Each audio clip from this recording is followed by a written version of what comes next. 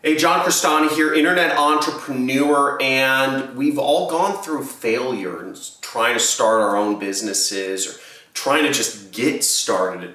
I know failure more than anyone else. I failed a number of times before I became a millionaire. I failed a number of times before I was able to create multiple sources of passive income. And my first businesses, failing was the hardest thing because now I'm used to it, right? I've got tough skin. But when you're just getting started, when nothing's working out, when you feel all alone and frustrated, that's the hardest time of when you're failing. And I'm going to go through my experience of how I was able to break through failure and become a successful internet entrepreneur, because that beginning part is the hardest part and you're not even sure why you failed. I'm going to go through all of that and what you can do step by step of how you can get out of it. Let's get it.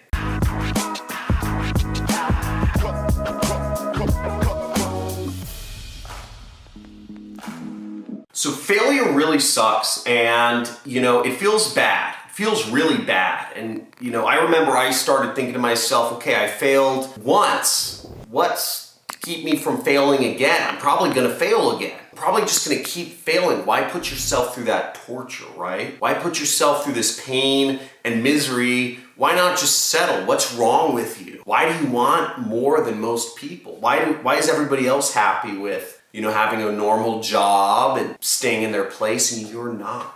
Is something wrong with me?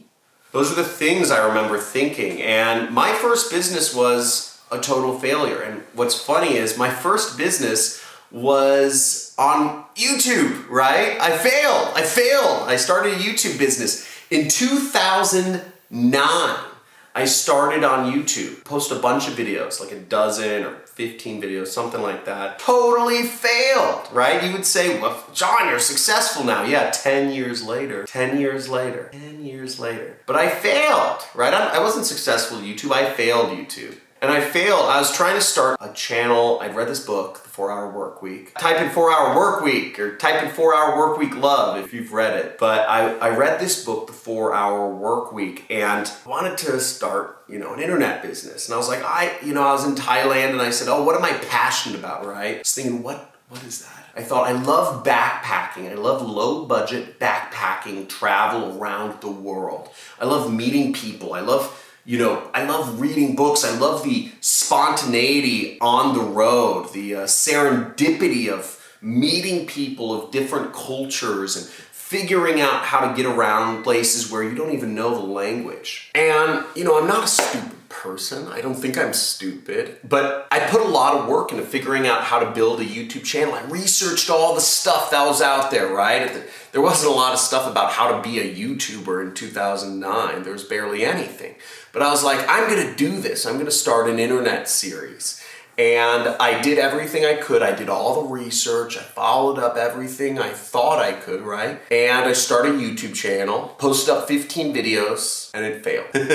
Nobody watched them, right? They were watched by a couple dozen people. And I gave up. I gave up because I said, this isn't working out. This isn't making me any money. I don't have any money to support this. I wasn't in a solution-oriented mindset. I said, I failed. This YouTube thing is BS. You can't just post a video. Nobody watches it. So I moved on to my second business. Now, my second business, I made a little bit of money. I was super stoked. I was posting around. I was a tutor. I was in college. And I said, I'm gonna tutor other children because I'm good at math, right? So I was like, I'm gonna, I guess I'm all right at math. I failed statistics twice, but I'm all right at math, but I'm better than the international students. So I posted flyers around college advertising saying, hey, I'm a tutor, and if you want a tutor to help you with your classes, you can pay me. Something like $40 an hour, which I thought was ridiculous. I thought it was a lot of money. And I got some clients. I got some international students, mainly Asian and Middle Eastern international students, asking me to help them out. And I helped them out, and I got paid $40 an hour. And I thought I was rolling in it. I thought I was just so much money.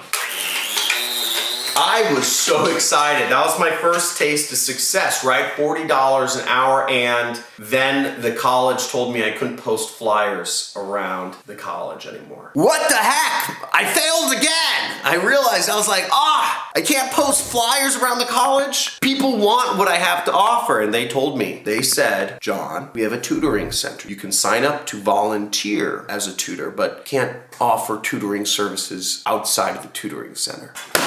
I said, what the heck, man? I didn't even know there was a tutoring center. And my second business, just like that, failed. Now you might be wondering, John, what's the point of this? Why are you telling me about all this failure? I want to talk about what I do when I fail. You might want to say, John, what do I do when I fail? Okay, I get it, you failed. Let me tell you another business I failed. I failed over and over and over and over and over again. But here's one of the key points, is I didn't quit. I never quit. I never quit. Successful entrepreneurs deal with more failure than unsuccessful ones. True story. Now my third business, I started selling online. I started selling on eBay. I was selling products. I was finding products. I was getting them from other people or other people's garages. I said, I'll give you half. I'll sell you a product. I'll sell your junk for you. You get half, I get half. I was doing stuff like that, and it started working. It started working well until it didn't. And my PayPal account got shut down for, I still don't know the reasons. They wouldn't tell me the reasons, but my PayPal account got shut down and I lost a lot of money and I wasn't able to run an eBay business anymore. And that was the next failure, and over and over and over and over again. There were more. I could go on, but I'm not going to bore you to death with all of the failures I have. The point I want to make to you is, John Crestani, an internet multimillionaire, you might think, oh, he grew up, everything's rosy, right? I failed more than you. But here's the difference, is I didn't whine about it. I never whine, never complain. It's just part of the process. Now, we have all been sold that the safe path is working a job, but that is not true. We've been sold this idea that the safe path is working a job and that the dangerous path is being an entrepreneur, is working for yourself, is finding your own little niche in the world and owning it. We've been sold that because the system has been built by the rich and the powerful people. The laws of society are built to keep the rich and powerful, and the poor, poor. Now, the safe path is not working a job. The safe path is a path of slavery. And it's a slavery of the mind. We've all been sold this idea that we are who we were born to be, that our blood determines where we go in life, our family, whether we were born rich or born poor or born middle class. The greatest lie that has ever been told is this. Now, entrepreneurship, it doesn't need to be your becoming a freewheeling multimillionaire flying private jets everywhere. What it can be is simply just freedom. It can be that you are a scuba diving instructor in Barbados and you are working for yourself, right? You are a contractor. It doesn't need to be a formal job. Being an entrepreneur can be you are a Uber driver, you are a mechanic, you are a handyman. It can be something where you're working for yourself, but you're not beholden to a boss. Jobs are slavery. I worked corporate job and it was awful. I worked a corporate 9 to 5. I worked my way up the system and it wasn't worth it. Now there's good news. There's 4 steps you can take when you fail. The first off is you want to write down the good that came out of your failure. Okay? Write out the good that came of it. Failure. You need to reframe it in your mind. It's normal. It's natural. We all go through failure. It's not failure. It's just part of the process. Kobe Bryant doesn't make every basket he shoots. Andre Agassi doesn't hit every swing he makes. Baseball players don't hit the ball most of the time, right? Every quarterback doesn't make every throw. It's just part of the process. If Kobe Bryant was like, oh, I'm so sad, I didn't make a hoop, he wouldn't be successful. If he got emotionally hurt, like butt hurt, for not making a basket, then he would never be Kobe Bryant because everybody's going to miss some shots. Most of us are going to miss a lot of shots, okay? He's at the point now where he makes most of his shots. So write out the good that came out of the situation. Maybe you learned something. Second is analyze. Analyze your failure. Analyze why you failed. What went wrong? Was it that you didn't work at it long enough? Let's say you're doing affiliate marketing. Were people clicking on your link? Did you set up the link properly? Was your pre-sale page bad? Was your targeting off? What do you think you did wrong? Did you just not get any clicks? Maybe, where did it fall apart? Figure out why you failed. And this really goes into, I'll tell you kind of the bonus tip right here, number 4, which will help you figure this out better. But you gotta analyze your failures. If you don't know why you failed, then you're not doing it right. And that was the mistake I made. When I first failed, I never actually looked at my failures. What I did good was I just did stuff, but I didn't actually analyze and figure out, why did this business fail? Why did I get shut down from PayPal? Why did the school not like my posters? Why did, all this stuff. I never thought about it really hard so I could improve on it, which goes into number 3. Figure out improvements. Once you figure out improvements, this brings up a cool concept I like to call lensing, okay? So lensing is, there could be multiple reasons why you failed. One could be that you didn't work at it long enough. You simply just didn't work long enough at the problem and you would have made money or succeeded or whatever you're trying to do. Another reason could be that you were doing it wrong, okay? Another reason could be that the business model doesn't work.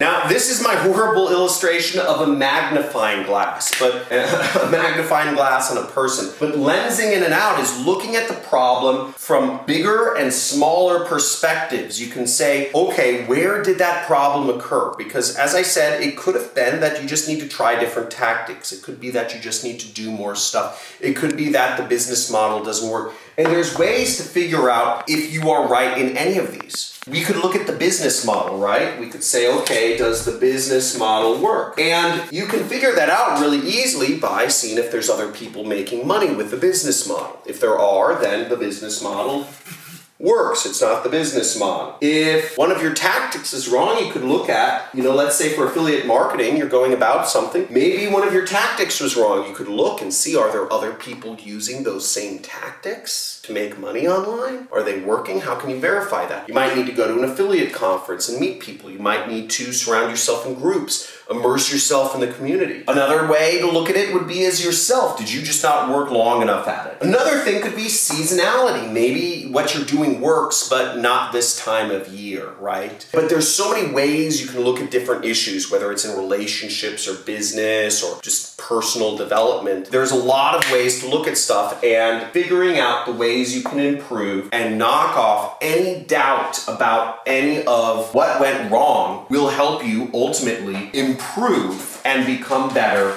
in whatever you're trying to do. And last but not least is surround yourself with successful people in the community. That whatever you're trying to do, whether it's improve your relationship or whether it's do conscious parenting or in business, surround yourself with people who are going the same direction as you, because when you do that, you're going to figure stuff out faster. Because if you're just listening to me, then you're going to have doubts, you're going to have skepticism, because I'm just one point of view, and you could say, John's wrong, right? He made a lot of money probably off the backs of people, scamming people out or whatever. I don't know what you want to believe. But the point is, if I'm just your only point of view on things, I'm the only successful person in your life, you need more successful people. You need more people headed in the direction. If it's money success or relationship success, you need more people surrounding yourself, more points of view, so you can be more confident in the decisions that you make, because you are not failing